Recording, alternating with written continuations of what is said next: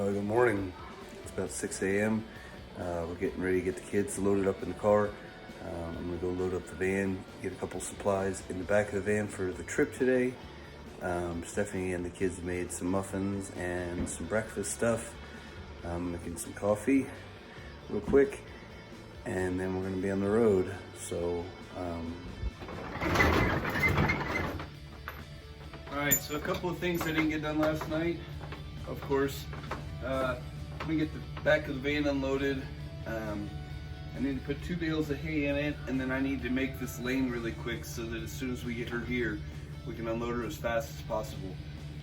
So, I'm gonna load up the van so the kiddos can load the van up with the snacks and treats and all the stuff that we need for the day while it's warming up.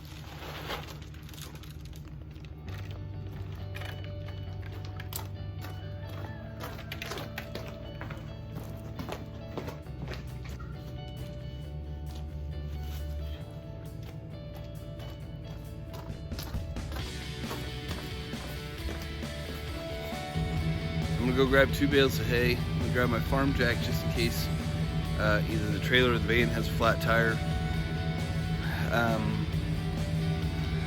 Trying to think if there's anything else I need. I don't think so. I think we've done a pretty good job planning and working this out. So hopefully we're just a little bit ahead so we can take kind of a breather right before we leave. We'll see. I don't know. Hopefully.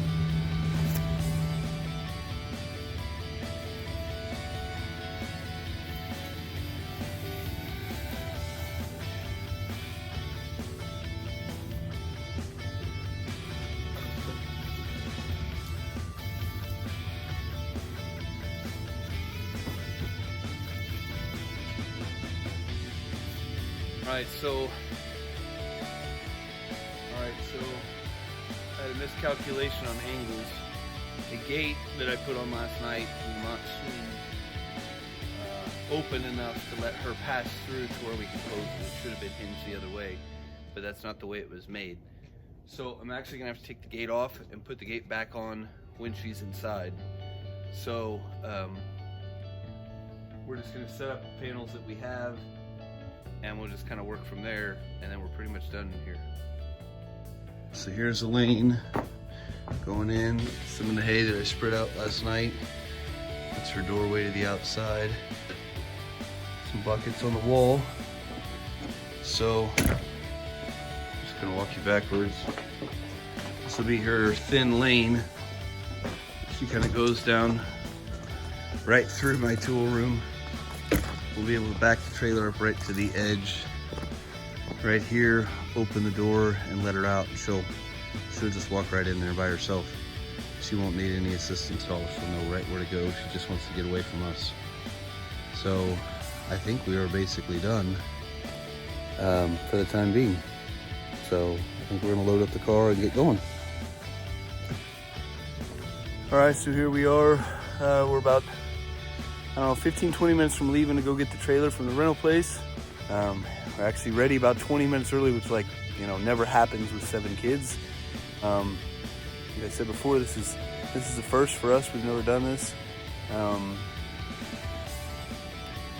I don't want to say like there's like lots of emotions and stuff. I mean, we've had 2 beef cattle here before. I think it's just a little bit different knowing that this cow's going to stay around a while. It's not going to be in the freezer in 8 to 12 months. So, and just that this is going to become, you know, an integrated part of what we're trying to do here on the homestead, becoming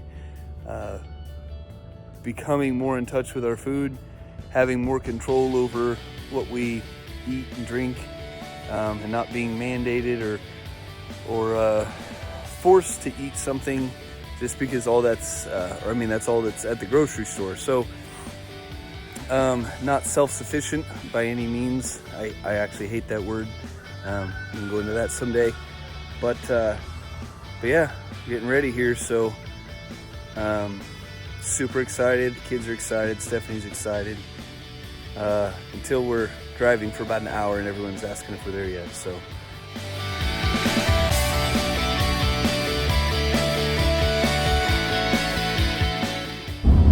Alright, so we're about 10 minutes out from going and seeing her. We've been in the car about, well, over 3 hours now.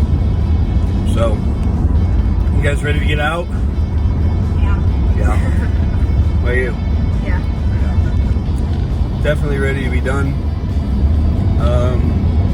We're gonna eat on the way back home, and hopefully we'll make this kind of quick. We gotta get the trailer back before 5 today, so it's gonna be kind of a tight run, a lot of miles in a short amount of time. So, all right, so here she is. We weren't able to get any video while we were on the farm. He really didn't want to. So this is at a gas station a couple miles down the street. And as you can see, she's kind of agitated. She wasn't super happy about being separated off from her herd. But hopefully she'll calm down a lot on the way home. And yeah, we're excited. Just in case you were wondering, this is where we got Sis Cow for this super cold week. Take kind of a couple steps back. We've got her in here in the barn. Got some panels set up so that she could get out of the wind, and she's kind of been crashing in here. The goat, to give her a little bit of sweet feed so she'd behave.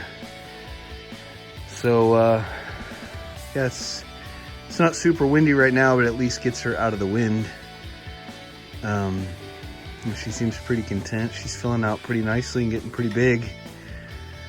So it won't be too long before she goes to the butcher here. I mean, it's February now, really only about 4 or 5 months away. So get some more beef. So, and that is about where we're at on hay reserves. Say hi, Buttercup. Buttercup. Sweet pea. Say hi. Pretty girl. So this is kind of her pen. She's been in for a couple of days. As you can see, we've got a heated bucket water. And it's her feed pan. And we had some extra hay there. She's snow's blowing in through the door, and she's, I think, catching wind of our other cow. I think she's ready to be outside, but for the time being, we're gonna keep her in here so we can get to know her a little bit better before she gets kind of wild and outside. And so yeah, this is where we're keeping her, at least for the next week, especially until this cold snaps over, maybe 2 weeks. All right, so we're gonna see if Miss Buttercup will help out with this one and stay slightly slightly calm. You can never tell when you're dealing with a live animal. So we got her home. We didn't end up, like I had said, shooting any video the day on the farm. He was a little hesitant about that. Obviously, we want to respect landowners' wishes, and especially a farmer, his wishes for his property and his livestock. So we got her here. We were running a little late to get her off the trailer, get the trailer back. So unfortunately, in my haste, I am not very good at this kind of vlogging, YouTubing thing yet, and I was not completely prepared with some contingency plans on how to get some film rolling as we unloaded her. So it took a little while to get her unloaded. And she's been in here now. It's actually about 2-3 days later. We had several things going on over the next couple of days, and so I have not gotten a chance to get back out here. So we're kind of getting her settled in her stall still. We're coming out here in the morning and giving her some feed, checking the hay, seeing if there's anything we need to deal with, making sure her water is full, her just that she's comfortable and she's starting to get used to us. She's not very keen on me yet. She seems to have sweetened up to Stephanie quite a bit. But yeah, here she is. You can tell she's not like super happy I'm in her space, and she's still kind of figuring us out. She came from a herd of, he had 40, maybe 50 Jersey heifers and cows and 1 bull. So she's used to being with a lot larger group of animals than what we've got here. Right here, it's just her and Sis Cow and our lonely goat. So I wanted to talk a little bit, just at the end of this, about why we have decided for us that getting a dairy cow was a good investment and a good use of resources, good stewardship. As many of you know, if you followed our channel at all, we are a family of 9. So it's me and Stephanie, and we have 7 kids. Right now, ages 14 and below, about 2 years apart. So obviously our feed bill for our family is, or can be, quite large. So one of the reasons we have decided to get our own dairy cow is to offset some of those. Now, I think the math is not exactly conclusive depending on how much each homesteader is willing to do on your own. Are you willing to make your own cheese and your own butter and your own sour cream and your own fill in the blank dairy products, or are you still going to be supplementing from the store? Our intention is to someday be completely dairy free, at least from the store. We're hoping that she has a girl calf, and that we can at some point in the future have 2 cows here on the farm to milk. So that is kind of our intention and our prayer. I think as we get into her calving, and she either gives us a bull, and we'll have him, or gives us a boy, we'll have him banded and put him in the freezer, or if she gives us a girl, we will either milk her or sell her. I think the finances over the next 5 years change dramatically on how effective it is to bring a dairy cow or dairy animal onto your property. Obviously, we're going to have extra feeding costs with her. We're going to have extra holding costs. But that was something, when we did the math, that we were willing to do, considering how much food we go through right now, and just wanting my kids to see where their food comes from. That even if we're not doing it, some farmer somewhere is getting up early in the morning and milking a cow, so that that milk can be therefore processed into whatever dairy products we're using. And I think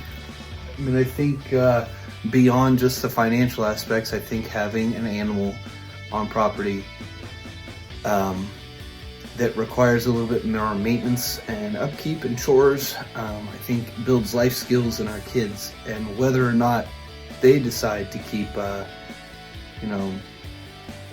farm when they get older and they move on, or whether or not they decide to keep any animals, that'll be up to them. But I think that the lessons that they learn through keeping animals translate throughout their life.